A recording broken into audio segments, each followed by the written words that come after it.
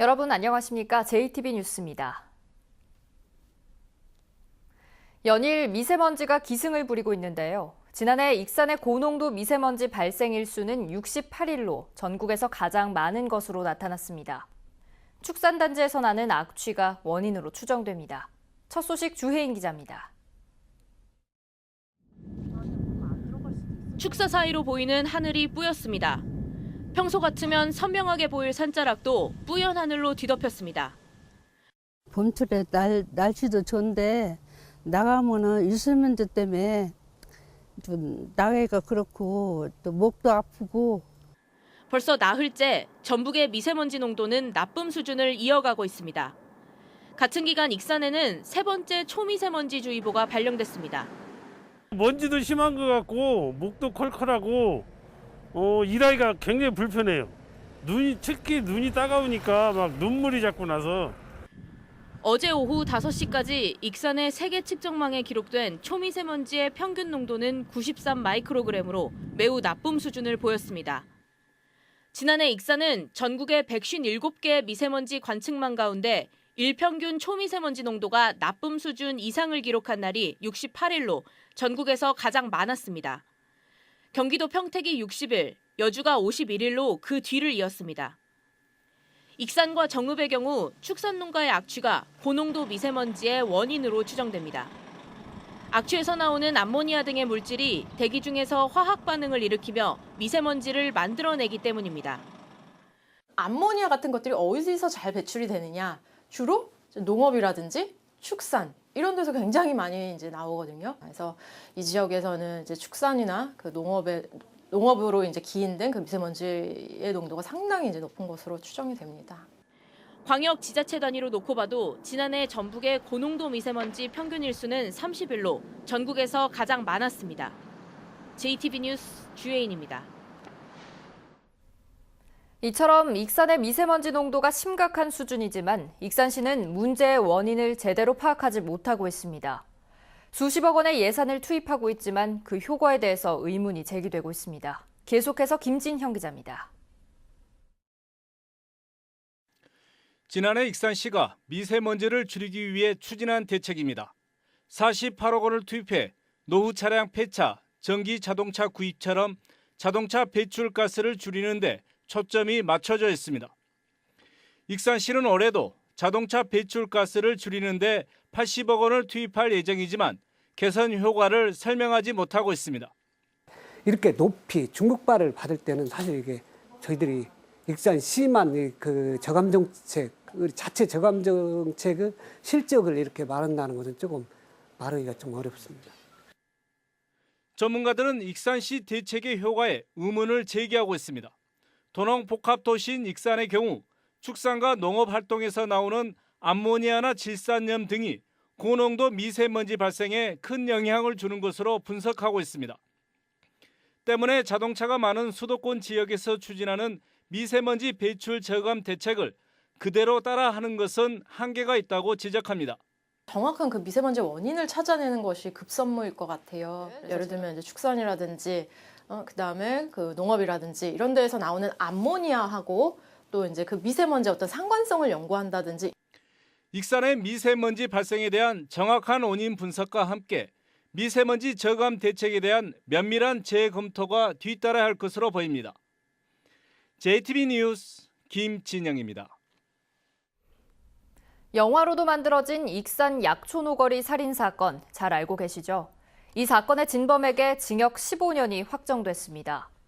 살인자에게 죄를 묻는 지극히 당연한 사법정의를 실현하는데 꼭 18년이 걸렸습니다. 나금동 기자입니다. 대법원은 익산 약초노거리 살인사건의 진범 37살 김모 씨에게 징역 15년을 선고한 원심을 확정했습니다. 사건 발생 18년, 김 씨가 잡힌 지 15년 만입니다. 김 씨는 지난 2000년 익산 약초노거리에서 당시 42살이던 택시기사 유모 씨를 흉기로 찔러 살해했습니다. 사건 발생 3년 만에 붙잡힌 김 씨는 범행을 자백했지만 검찰은 확실한 물증이 없다며 김 씨를 풀어줬습니다. 이미 다른 사람을 범인으로 지목해 법정에 세운 검찰은 자신들의 잘못을 감추는 데 급급했습니다. 15년 전에 이 사건이 끝날 수도 있었는데 15년이라는 긴 세월까지 오게 된 과정이 나름대로는 답답했다는 그런 감회도 듭니다. 억울하게 옥살이를 한 최모 씨가 지난 2016년 재심에서 무죄를 선고받자 검찰은 제 손으로 풀어준 김 씨를 뒤늦게 법정에 세웠습니다. 다시 붙잡힌 김 씨는 끝까지 범행을 부인했지만 재판부는 납득하기 어려운 변명이라며 중형을 선고했습니다. 이 판결을 통해서 억울한 옥살이에 있던 피해자나 그리고 또 사건의 가족을 잃은 유가족에게 위로가 되리라 저는 보고 있고요. 경찰의 강압 수사와 검찰의 사건 은폐, 그리고 허술했던 재판이 빚어낸 익산 약초너거리 사건은 결국 18년 만에 뒤늦은 정의를 실현하게 됐습니다. JTB 뉴스 나금동입니다. 이 사건으로 15살 소년은 무려 10년간 억울한 옥살이를 했습니다. 약초노거리 사건과 판박이인 삼례 나라 슈퍼 사건의 피해자들도 마찬가지인데요. 이제는 진정성 있는 사과가 필요하다는 지적이 나오고 있습니다. 하원호 기자입니다. 경찰은 무자비한 폭행으로 15살 어린 소년을 살인범으로 만들었습니다. 검찰은 유력한 용의자를 넘겨받고도 자신들의 잘못을 감추기 위해 죄를 묻지 않고 풀어줬습니다. 재판부는 허점투성이 수사 기록만으로 살인자라는 낙인을 찍었습니다. 어린 소년에게 주홍글씨를 새긴 담당 경찰과 검찰, 재판부 어느 누구도 직접 사과하지 않았습니다. 딴 건 없어요. 그냥 미안했다 이 말 한마디가 듣고 싶을 뿐이지 크게 저한테 와갖고 사과를 큰 사과를 하라는 건 아니거든요. 약초노고리 사건과 판박이처럼 닮은 삼례 나라 슈퍼 사건 역시 당시 배석 판사였던 박범계 의원을 제외하곤 침묵을 지키고 있습니다. 두 사건의 재심을 맡았던 박준영 변호사는 무엇보다 당사자들의 진심 어린 사과와 반성이 필요하다고 강조합니다. 진범을 풀어주고 또 억울한 옥살이를 하게끔 만들었던 그 공권력들에 대한 철저한 어떤 진상규명 그리고 사과와 반성 이게 있어야 된다고 생각합니다. 법무부의 검찰 과거사위원회는 익산 약초노거리 살인사건과 삼례 나라 슈퍼 살인사건 수사 과정에 문제가 있었는지 살펴보고 있습니다. 문무일 검찰총장이 지난해 약초노거리 살인사건의 유족과 억울하게 옥살이를 한 피해자에게 사과의 뜻을 밝힌 가운데 이들에 대한 직접 사과가 이뤄질지도 관심을 모으고 있습니다. JTB 뉴스 하원호입니다. 현재 우리나라의 국토발전축은 이른바 남북축을 뼈대로 삼고 있습니다. 고속도로와 철도 같은 SOC를 구축할 때 수도권과 남쪽을 잇는 것을 1차 목표로 해왔기 때문인데요. 하지만 이제는 균형 발전을 위해 국토발전축을 동서축으로 전환해야 한다는 목소리가 커지고 있습니다. 이승환 기자입니다. 새로운 국가 발전 틀을 논의하기 위한 정책 토론회 자리. 국가균형발전위원장은 동서교류가 매우 부진한 현실을 언급하며 거꾸로 필요성을 강조했습니다. 흔히 동서축, 강서축 이야기하는데 강릉과 광주에는 사동관계가 없습니다. 같은 국가인데 사동관계가 거의 없고요. 권영섭 국토연구원 선임연구위원은 그동안 남북축, 특히 경부축이 집중 개발되면서 불균형 또한 심화됐다고 지적했습니다. 국가 경쟁력을 위해서는 균형 발전이 필요하고 이제는 동서축을 보완해야 한다고 말했습니다. 그러면 어떤 효과가 있느냐? 균형 발전 측면뿐만 아니라 동서 화합이라는 그런 또 하나의 효과를 얻을 수 있을 거라고 봅니다. 이렇게 될 경우 국가 계획에는 반영돼 있지만 좀처럼 속도를 내지 못하고 있는 새만금 포항 고속도로와 전주 김천 고속도로, 또 충남 보령과 경북 울진 간 고속도로 같은 사업들이 활기를 띨 전망입니다. 가장 소외된 지역에 위치하고 있습니다. 따라서 남북축으로부터 동서축으로 국토균형 발전축이 바뀐다면 어디에 속해도 결국 전라북도는 발전하는 축으로 간다. 하지만 해당 지역의 인구가 적어 경제성이 낮다 보니 독일이나 중국처럼 선제적인 투자로 개발을 촉진해야 한다는 의견도 나왔습니다. 지역개발 돼 있어야 SOC 해야 되냐? 그런데 우리가 그런 패러다임을 바꿀 필요가 있지 않느냐? 선 SOC를 하면 지역개발에 따라서 이루어지는 그런 사례들이 많이 있기 때문에 전라북도는 이번 토론회를 시작으로 올해 수립될 제4차 국가균형발전계획과 2019년도 국토발전계획에 국토발전축의 전환을 반영시켜 나간다는 계획입니다. JTB 뉴스 이승환입니다. 정부가 새만금의 신재생에너지 단지를 조성할 계획입니다.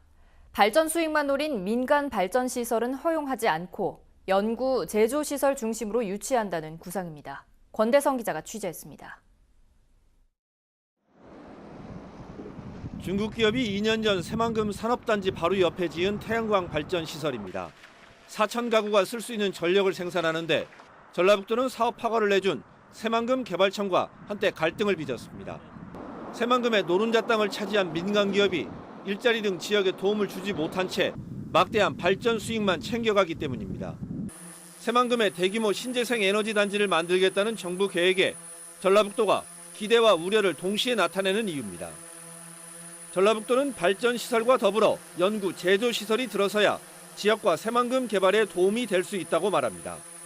다만 발전 시설뿐만이 아니고 그 발전에 따른 제조업체라든지 각종 연구기관 등 R&D 업체도 좀 적극 유치가 돼야 할 것이고요. 새만금 개발청은 신재생 에너지 단지 조성은 지역과 상생하는 구조로 진행하겠다고 강조했습니다.